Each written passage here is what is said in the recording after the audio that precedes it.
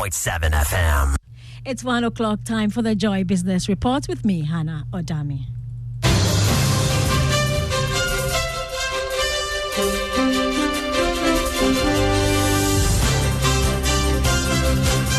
Coming up in this bulletin, 32% of Ghana's domestic revenue to be spent on debt servicing in 2024. We'll hear a report from the Institute of Statistical, Social and Economic Research. Also, cedi to remain stable during the festive season. That is a forecast by economist Professor Peter Kote. And then, Chamber of Agribusiness appeals to government to help struggling poultry industry from collapsing.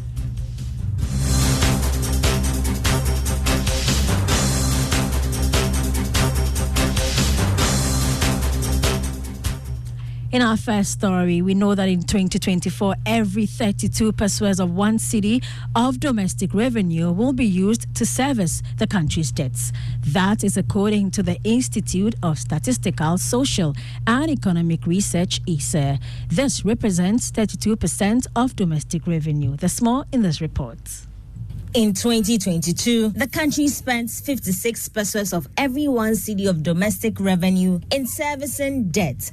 According to ISE, the government must minimize borrowing going forward. This is because a high deficit will lead to high borrowing, whilst a high debt servicing will restrict fiscal space for capital expenditure. In its analysis of the impact of the 2024 budget on the private sector, it said there haven't been many changes between 2023 and 2024 revenue targets, and as such, there is a slightly higher indication for fiscal consolidation in spending. The research organization also expressed worry about the crowding out of the private sector, thus calling for a zero financing of the budget by the Bank of Ghana in 2024. Overall, the fiscal balance is projected at 4.8% of the size of the economy in 2024 compared to 5.9% for 2023. ISE added that achieving 2024 targeted fiscal balance will provide a good signal on the potential to break the infamous political business cycle. You heard there a business desk report. Meanwhile, economist Professor Peter Kote has expressed optimism in the stability of the cedi going into the festive season.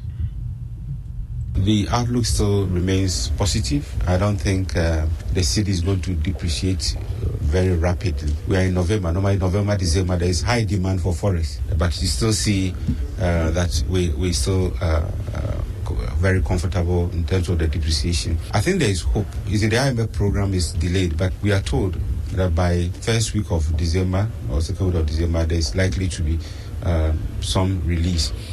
We have met all the conditions. If government has not met the conditions, then that is where we should panic. But I think having met all the conditions, what is left is for the external creditors to give us an assurance letter. And I don't think that is a big thing. And I believe that will happen. So, the outlook for the exchange rate looks positive in my view. That was Professor Peter Kote. He's Director of Research at ISE. Players in the industry sector say they have the capacity to produce to meet local demand if government can create a conducive environment for businesses. It follows concerns that the country will hit a food shortage and high inflation if government goes ahead with its planned import restrictions. Chief Executive of the Association of Ghana Industries, Seth Chum Akwaba, says some of their members are currently overproducing. There are some of the products we have excess local capacity. Coming from industry, you just educate me. Some of the products I will tell you. If you take cement, for example, and cement was in the original list. Cement, we have about 6 or 7 cement factories in Ghana. These are big companies. They are producing large volumes. More than what the local market needs. Okay. So that is just one of... Okay. Like diapers. You'll be surprised. One company, they must necessarily export to stay in business. Interesting. Yes. In Ghana here? In Ghana here. People don't know. It's located right in Accra here. Wow. If they don't export about 40 to 50%, they can't stay in. Why are they not getting the local market consumption? Why? Is it because it's too expensive, some will say? They are fear, in fact, they are worried, and they keep complaining about this, that there are some importers that are bringing in substandard products. Seth Chum Akwaba is Chief Executive of the Association of Ghana Industries. Let's move on to a tax consultant, Francis Timor-Boy, who is saying African countries should consider signing tax treaties to boost trading activities on the continent. He argues the move will prevent multinational companies from evading taxes. He spoke to Joy Business at the launch of a book titled Modern Approach to International Taxation, authored by a tax consultant, Fred Kwashi Awute. Fred's book is very good, but I noticed that in Africa, we don't like signing tax treaties among ourselves. Indeed, one of the major reasons for signing tax treaties is to help investors and also to prevent tax avoidance and evasion. That's why UK has signed tax treaty with us since 1994. Sign treaties among ourselves. Cote d'Ivoire, just go to Cote d'Ivoire or you go to Burkina Faso or even Togo, and we don't have treaties. If somebody provide services to me from Togo, the person will suffer 20% withholding tax. Yes, somebody from UK will just will suffer just 10%. And I think that it is a disincentive for even trade among the African countries. Francis Timor-Boy is a tax consultant. The Ghana Investment Promotion Center will on Friday hold the 20th edition of its esteemed Ghana Club 100 Awards. The much anticipated event will see 100 outstanding companies in Ghana's business landscape ranked and honored for their outstanding performances in multiple sectors and contributions to the country's economy. This year's awards will foster an effective mechanism for assessing Ghanaian companies while instilling the character and confidence needed by businesses to compete in the global space. In other stories, the Chamber of Agribusiness has appealed to government to assist poultry farmers. According to the Chamber, the poultry industry has almost collapsed as a result of high cost of feed and other inputs. Making an appeal to the Ministry of Food and Agriculture, CEO of the Chamber, Anthony Morrison, said the poultry industry is very important to the success of the agri sector due to the linkages it has with other areas, hence must not be neglected.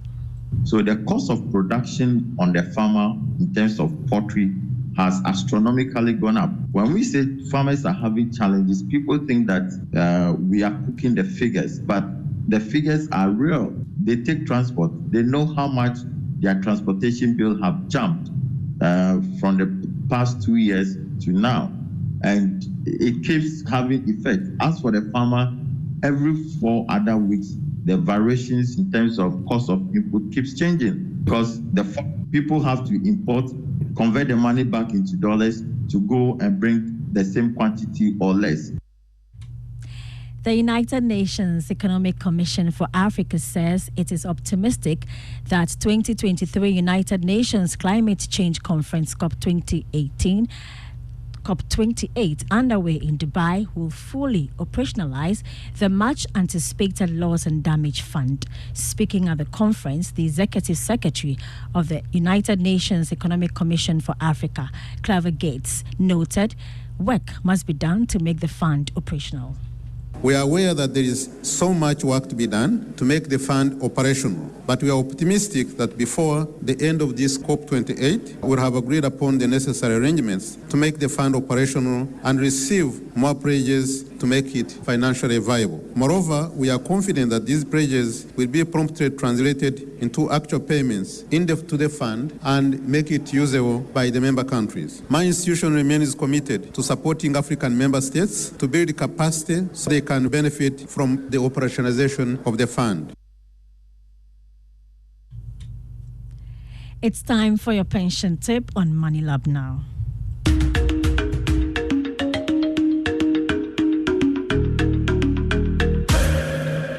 Hello and welcome to Money Lab. My name is Kofi Poli, Chief Operations Officer of People's Pension Trusts. We are continuing our pension tidbits on Money Lab. In our last episode, we looked at 2 types of pensions. Today, we are going to look at reasons for having a pension plan. We are being told that by 2050, 1 in every 5 persons will be 60 years and above in developing countries. It is also a known fact that life expectancy is going up.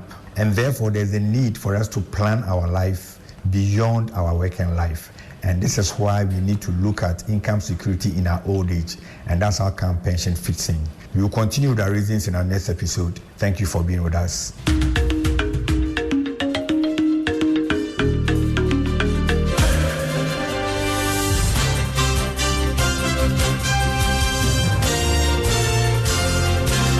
And that was Kofi Pole, his Chief Operations Officer of the People's Pension Trust. That's it for the Joy Business Report with me, Hannah Odami. Before we go, the EcoBank salary account is a special account designed for workers of all income brackets desirous of receiving their salaries through EcoBank. With the EcoBank salary account, you are guaranteed of all the benefits of a normal savings or current account plus many more.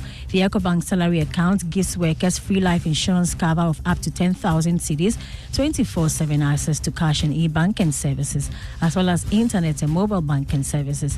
Others include high interest on savings, no minimal balance, and ability to save through the EcoBank Save As You Spend, a unique feature that helps customers to save and invest. Remember, the insurance policy covers death, permanent or temporary disability, critical illnesses, hospitalization, retrenchment, and more. Saving or current account holders at EcoBank do not have to close their existing account to enjoy the numerous benefits of the EcoBank salary account. All you have to do is ask your branch to switch your existing account to the EcoBank salary account. Non-EcoBank account holders should approach their EcoBank branch and ask for the EcoBank salary account. Switch your salary account today and enjoy amazing benefits at EcoBank. Call them on toll-free 0800 003225 forever for further details. EcoBank, the Pan-African Bank. Ignition, if honest, do enjoy. But you can find all these stories and more when you log on to myjoyonline.com/joybusiness.